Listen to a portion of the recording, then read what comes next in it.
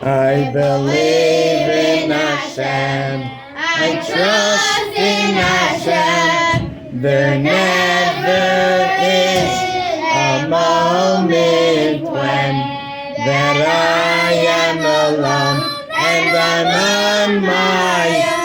I believe and I trust in Hashem because I understand that He's holding my hand and every step is perfectly planned. He's holding me tight, so I'll be alright. I believe and I trust in Hashem. Baruch atah Adonai Eloheinu melech haolam shehakol nihiyah b'dvarei.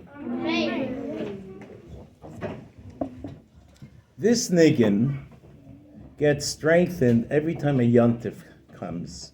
I mean, really, every single day we remember that Hashem is always watching us. Hashem is with us. We're never alone. And everything that happens is not just planned by Hashem, it's perfectly planned. It's the best plan. When you look at the world, what is the world up to right now? And you wonder, is this from Hashem? And the answer is, of course. Everything is from Hashem. Nothing happens on its own. What is the purpose of this? Is to bring Mashiach. That's the whole purpose of creation, is to bring the world to a time of Mashiach, to the Geula Shlema. We'll have the Beis HaMikdash, and the Shechina will be revealed in the world. How does every part of this fit into the puzzle? Sometimes we know, and sometimes we trust.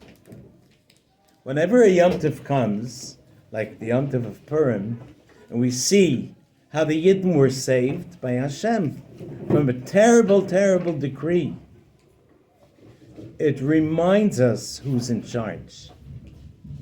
Hashem is in charge. Even when it looks like it's impossible, how do we get out of this problem?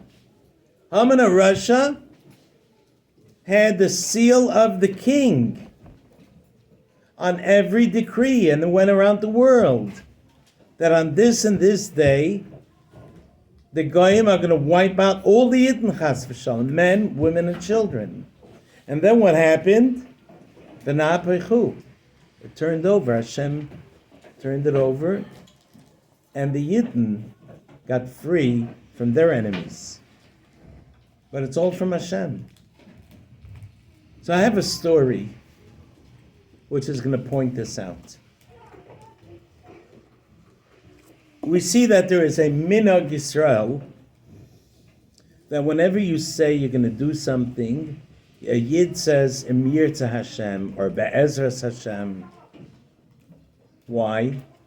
Because there's nothing that we can do on our own. Even if I'm so sure, let's say I have $10 in the next room. I saw it there 5 minutes ago. And I say, I'm going to give you $10. I should say, Yirtzeh Hashem. Why? What if I come there and it's not there? Are you sure you're going to be able to do it? And if you come there and it's there, who's the one who made it be there? Who's creating the world every second?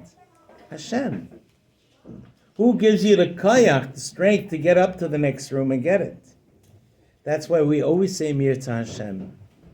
Because no one could do anything on his own. Nothing. Absolutely nothing. Everything is because Hashem is holding our hand, and every step is perfectly planned. There's also another minhag that you didn't say Bli Neder. Neder means a promise. Bli Neder means I'm not promising. Why do you didn't say that?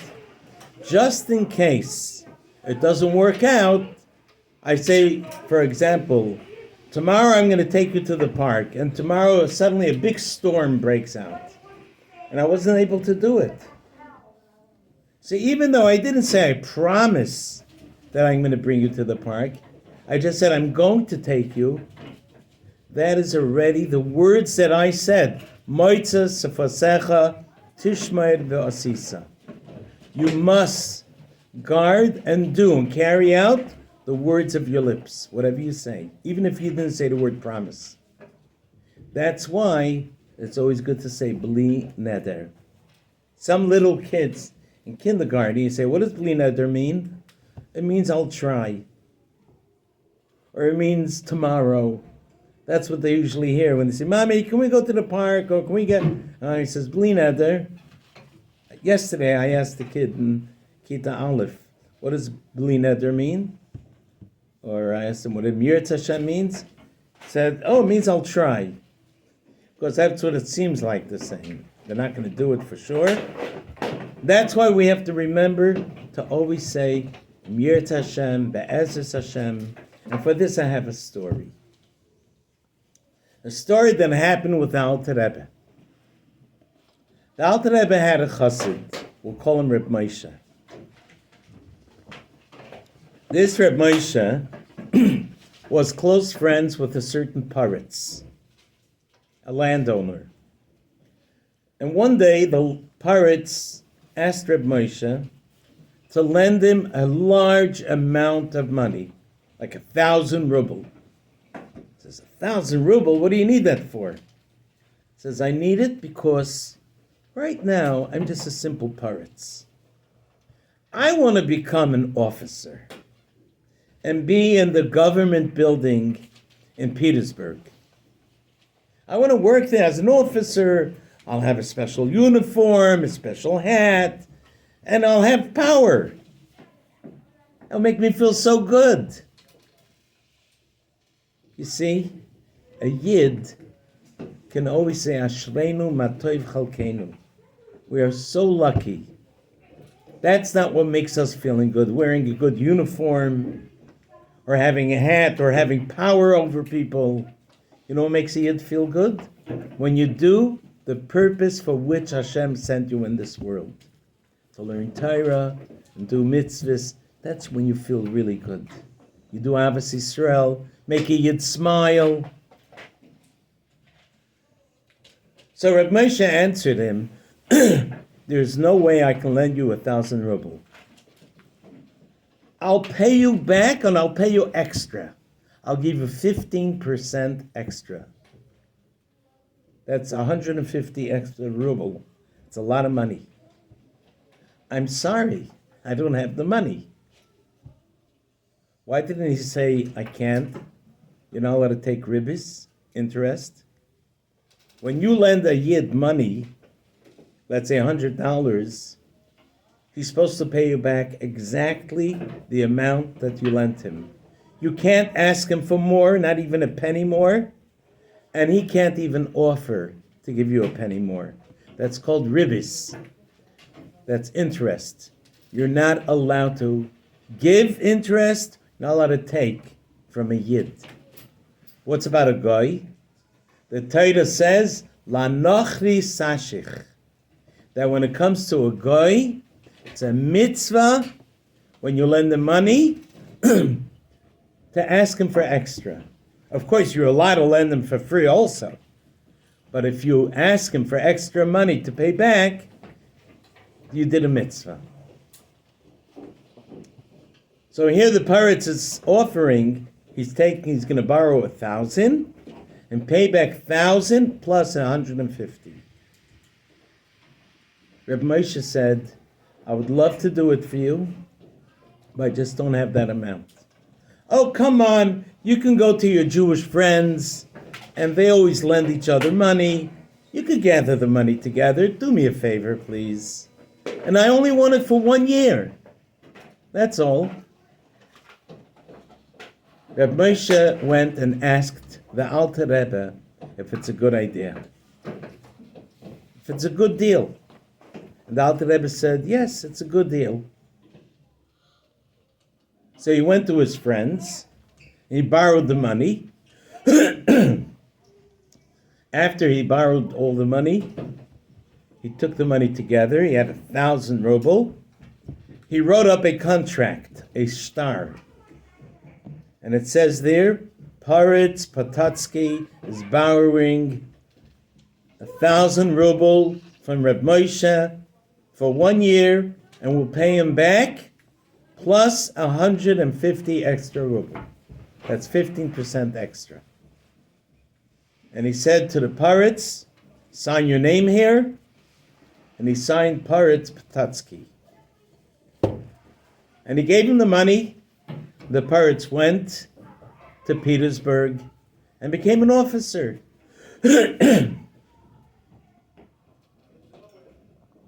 When the year was drawing to an end, it was almost the end of the year, one of his friends who lent him the money said, Moshe, the year is coming to an end. We made up, you're going to pay me back. Oh, don't worry about it. I'll pay you all the money.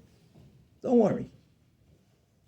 A few days later, another friend of his came, said, Moshe, I lent you money for 1 year.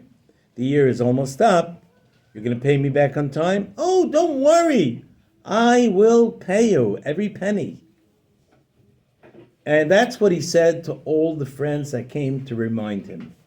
He said, don't worry, I'm going to pay you. Did he say Yirtzeh Hashem? No, he didn't. Uh-oh. Well, let's see what happened. When it came to the end of the year, Reb Moshe is all excited. I'm going out to Petersburg, going to get my money from the Paritz, plus another 150. It's a lot of money. Wow, what a good deal. When he came to Petersburg, he went straight to the government building. That's where the Tsar is, the Tsarina. The Tsarina is the wife of the Tsar, and all high officials. And that's where Paritz Patatsky went. He comes inside, and he asks the secretary, can I please speak to Paritz Patatsky? Who? Paritz Patatsky. Nah, doesn't work here. No such person.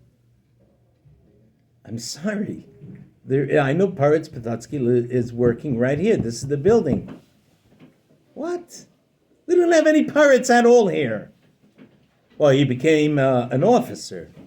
Ah, why did you say so? You mean Officer Patatsky? Yeah, Officer Patatsky. Is he here? Sure. So can you please tell Officer Patatsky that I am here and I'm coming for my money. She went into his room, into his office, and came back out and said, he said that you should go to the waiting room and wait there. But Moshe went to the waiting room and waited a few hours.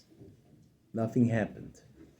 Luckily, he had a sefer with him, so he was able to turn the boring hours into precious hours of learning Torah. Always good when you go on a trip or you go to an office or to a doctor's office and you have waiting time, always take along a sefer. It could be a sefer of stories of tzaddikim, anything, not to waste time just to look at the four walls.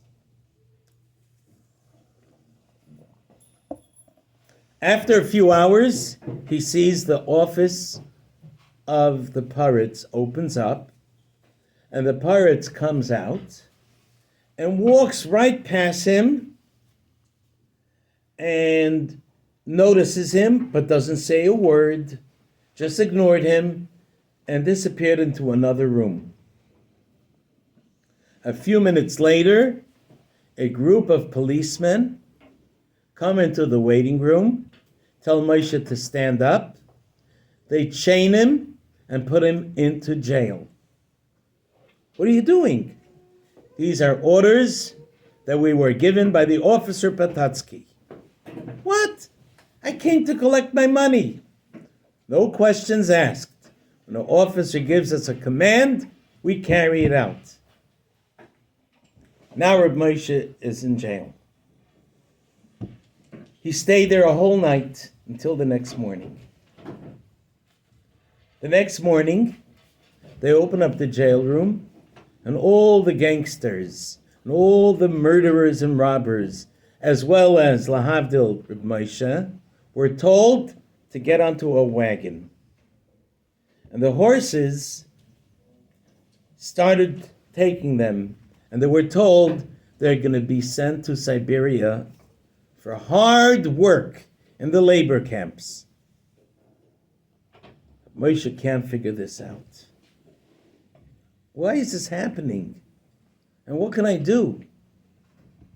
It took them a couple of days to get to Siberia. And on the way, every nighttime, they stopped off in the city, brought all the prisoners into the local jail, into the prison of that city.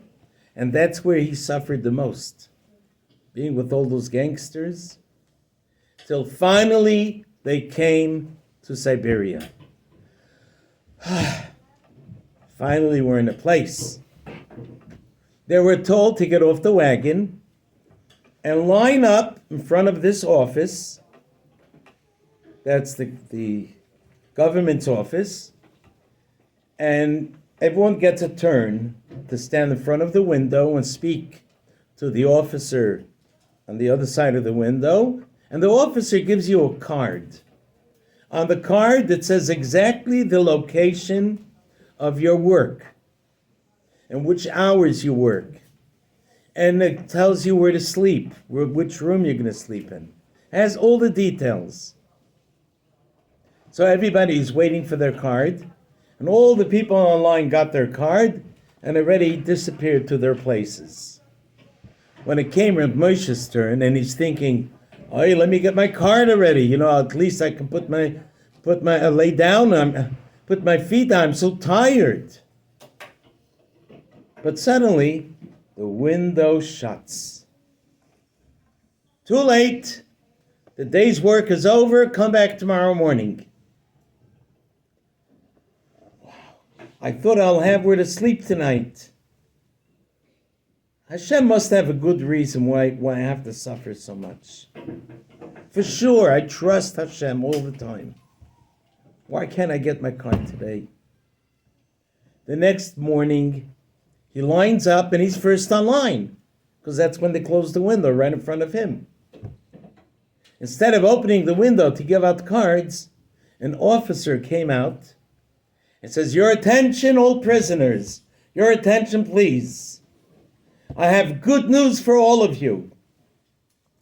This arena put out a decree for today that whoever is online for a punishment should be freed to go back home. Whether you're online to get put to death or to a labor camp or any other kind of punishment, you're all free today." And why is she doing that today? Because a miracle happened with her. She was, with her horses, going for a stroll, for a ride. And when the horses came near the river, their feet got stuck in the mud, and they got scared, and they started to jump into the river, and she nearly fell out of the wagon and almost drowned. But luckily, by miracle, she was saved. And because of that, she wants to express her thankfulness and do a favor to everyone, to free everyone. I don't know what kind of favor it is to free a murderer or a robber. In any case, that's what he said. So you're all free to go home, get back onto the wagon, we're bringing you home. The only thing is, she wants to meet every single one of you. She wants to see the person that she freed. When Reb Moshe came home, he went to this arena,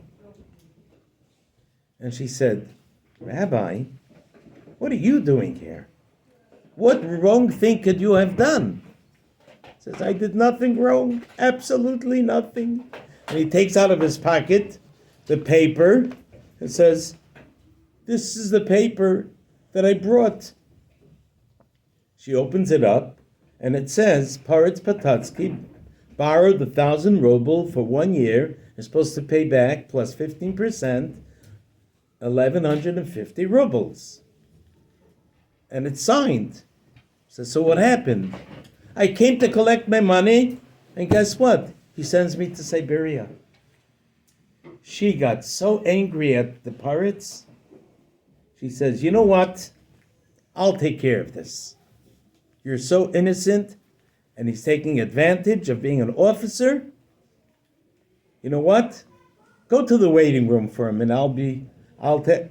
Waiting room? No. a good waiting room. Go there, and I'm going to take care of it.